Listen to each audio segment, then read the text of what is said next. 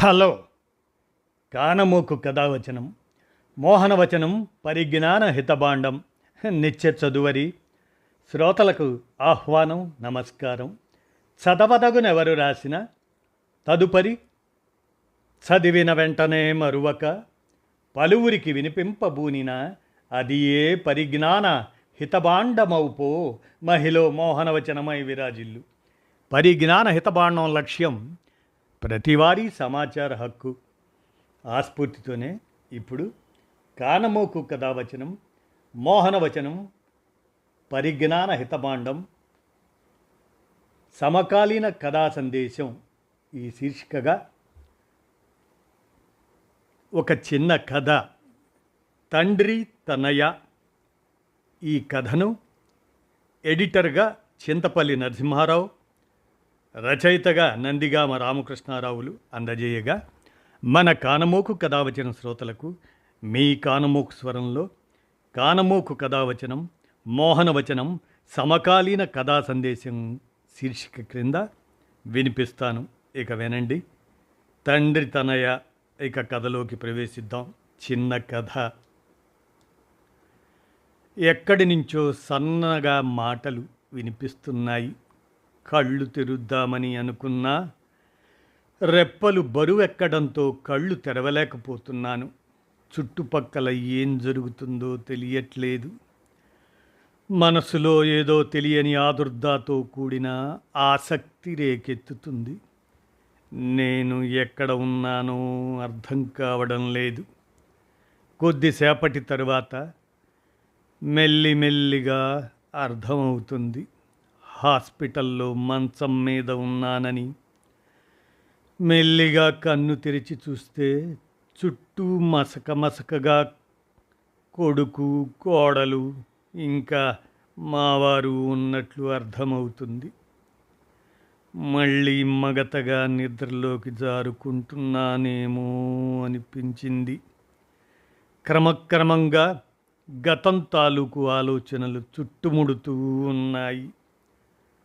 2 వారాల క్రితం నాన్న సీరియస్గా ఉన్నాడని అన్నయ్య ఫోన్ చేసి వెంటనే వచ్చేయి సుబ్బులు అని చెప్పడంతో ఆయనకు యూనివర్సిటీలో ఉన్న పని ఒత్తిడి వల్ల రాలేకపోవటంతో నేను ఒక్కదాన్నే హుటాహుటిన బయలుదేరి బాపట్ల వెళ్ళాను. అప్పటికే నాన్న పరిస్థితి చాలా విషమించింది. ఆఖరి చూపు దక్కినా నాన్న అప్పటికే మన లోకంలో లేడు. కనీసం కళ్ళు తెరిచి కూడా చూడలేదు. నేను వచ్చిన కాసేపటికి ఆయన కన్ను మూశారు. అప్పుడప్పుడు నాన్న చెప్పిన విషయాలు గుర్తొస్తున్నాయి. నేను బతుకున్నంత వరకే పుట్టిల్లు. తండ్రి పోయిన తర్వాత తల్లి ఉన్నా, తోబుట్టువులు ఎంత బాగా చూసుకున్నా, తండ్రి ఉన్నప్పుడు స్వతంత్ర భావాలు వ్యక్తం చేసే అంత స్వేచ్ఛ, అవకాశం ఆడపిల్లగా నీకు ఉండకపోవచ్చు. నేను పోయిన తర్వాత కూడా అప్పుడప్పుడు వస్తూ ఉండమ్మా. మీ అక్కల సంగతి అంటావా? వాళ్ళకి పెళ్లి చేసి పంపించి ఇప్పటికి 3 పుష్కరాలు దాటిపోయింది. వాళ్ళు ఈరోజు దాకా పుట్టింటి గడప తొక్కలేదు. వాళ్ళ తర్వాత మీ అన్న అగ్రికల్చర్ బీఎస్సీ చేయడం వల్ల నాకు వ్యవసాయంలో అండదండగా ఉండటంతో నెట్టుకు రాగలిగాను. మీ చెల్లెలు, తమ్ముడు, వారి గురించి ఇక అనుకోవలసిన పనేముంది.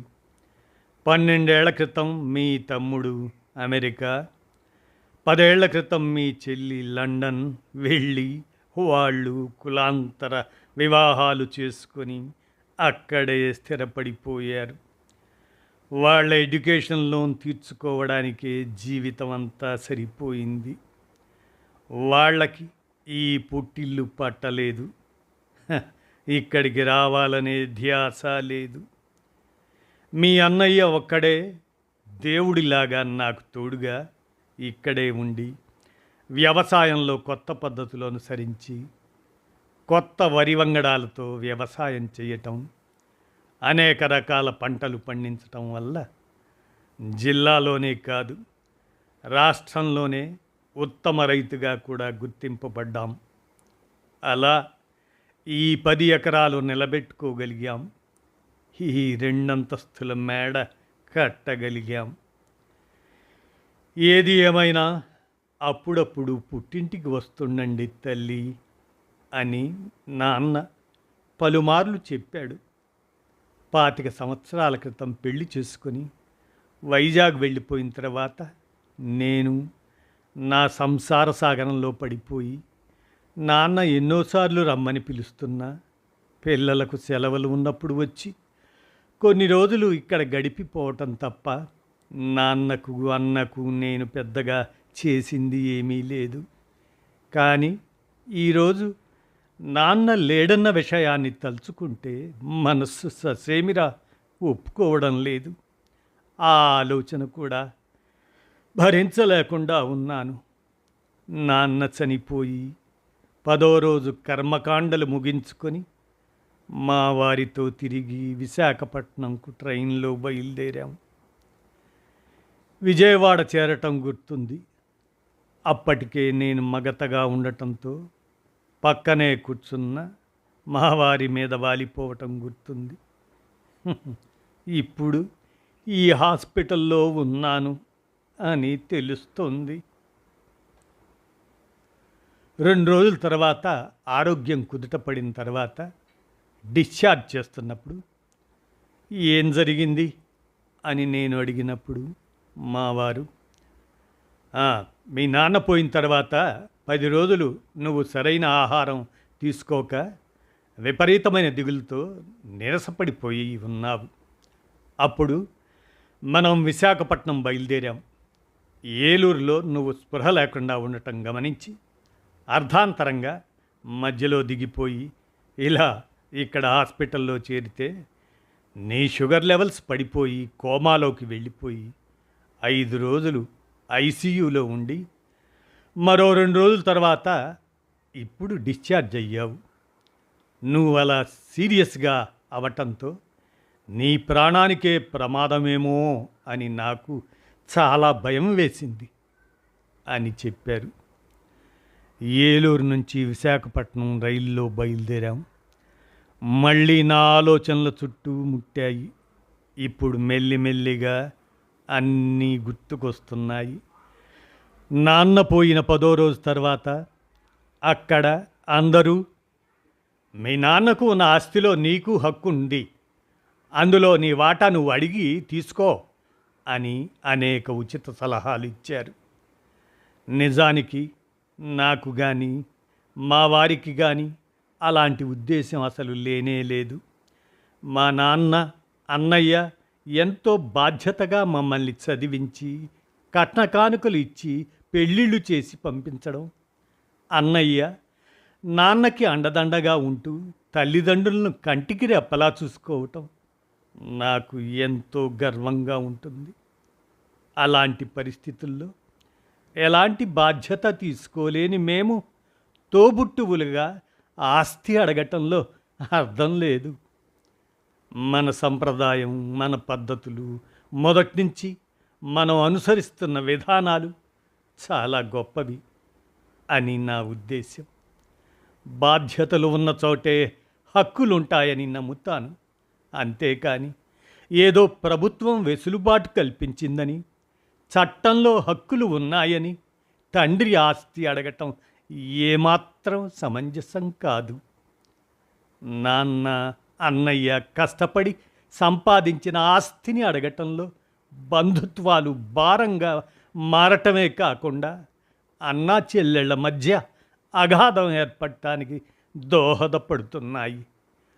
కొద్దిపాటి ఆస్తిలో కూడా వాటా కావాలని భీష్మించు కూర్చున్న సందర్భాల్లో విధి లేక వాటా అంటూ ఇస్తే ఇక రాకపోకలు మృగ్యమే కదా. ఇక ఏ రకమైన శుభకార్యాలకు ఆహ్వానాలు ఉండవు, పరస్పర హెచ్చరికలు ఉండవు. ఒకే రక్తం పంచుకొని పుట్టిన అన్నా చెల్లెళ్ల మధ్య ఈ ఆస్తి వివాదాలు శాశ్వతమైన బంధాలను దూరం చేస్తున్నాయి. ఆస్తి కోసం తోబుట్టువుల మీద ఒత్తిడి తెచ్చి కోర్టు దాకా వెళ్ళడం ఈ మధ్య చాలా చోట్ల చూస్తున్నాం. ఎంతో బాధ్యతతో చెల్లెళ్లను, తమ్ముళ్లను, అక్కయ్యలను చదివించి పెళ్ళిళ్ళు చేసి తన బాధ్యతను పూర్తి చేసుకున్న మా అన్నయ్య ఆయనతో ఆస్తి కోసం అడగటం ఎంతవరకు సబబు? సమానమైన హక్కులు ఉన్నాయని కోర్టులని, తీర్పులని ఉటంకిస్తారు తప్ప కొడుకు నిర్వహించే బాధ్యతలు తండ్రి తదనంతరం ఆడపిల్లలకు పుట్టింటి రాకపోకలు ముఖ్యం కదా. ఇలా కేసులు వేయడం, ఆస్తి కోసం తగాదాలు పెట్టుకోవటం ఈ మధ్య పరిపాటైపోయింది. మన సంప్రదాయాల ప్రకారం నడుచుకోవటం నాకు చాలా ఇష్టం. నేను అలాగే చెయ్యాలనుకుంటున్నాను. నాన్న పోయిన తర్వాత నాన్నంత బాధ్యత తీసుకున్న అన్నయ్య నా పుట్టిల్లు నాకు ముఖ్యం. నా ఆలోచనలకు అంతరాయం కలిగిస్తూ కాఫీ తాగుతావా అని మా వారు ఆప్యాయంగా అడగటంతో నా ఆలోచనలకు అడ్డుకట్ట వేసి ఇహలోకంలోకి వచ్చేశాను. వద్దండి, మా అన్నయ్యకు ఒకసారి ఫోన్ చేస్తాను అని ఫోన్ తీసుకొని అన్నయ్యకు ఫోన్ చేశాను. అవతల నుంచి డిశ్చార్జ్ అయ్యి ఇంటికి వెళ్తున్నట్లు బావగారు చెప్పారు. ఆరోగ్యం జాగ్రత్తగా చూసుకో తల్లి. నేను విశాఖపట్నం వచ్చి నిన్ను చూస్తాను. ఎక్కువగా దేని గురించి ఆలోచించకు, నీకు నేనున్నాను అని అన్నయ్య గొంతులో ప్రేమ, ఆప్యాయత తొణికిసలాడింది. అలాగే అన్నయ్య, తప్పకుండా ఒకసారి రా, నిన్ను చూడాలని ఉంది అన్నాను. ఫోన్ కట్ చేసి, ఇంత మంచి అన్నయ్యకు నేను చెల్లెలుగా ఉండటం ఎంత అదృష్టం. పచ్చటి పైర్ల మధ్య రైలు ఉరకలు వేస్తుంది. నా ఆలోచనలు మళ్ళీ యథాతథంగా కొనసాగిస్తున్నాను. ఇదండి కథ. తండ్రి తనయ అనేటువంటి ఈ చిన్న కథను ఎడిటర్గా చింతపల్లి నరసింహారావు, రచయితగా నందిగామ రామకృష్ణారావు గారు అందజేసిన ఈ కథను మన కానమోకు కథావచనం, మోహనవచనం, సమకాలీన కథా సందేశం శీర్షికన ఈ కథను వినిపించాను. విన్నారుగా, ధన్యవాదాలు.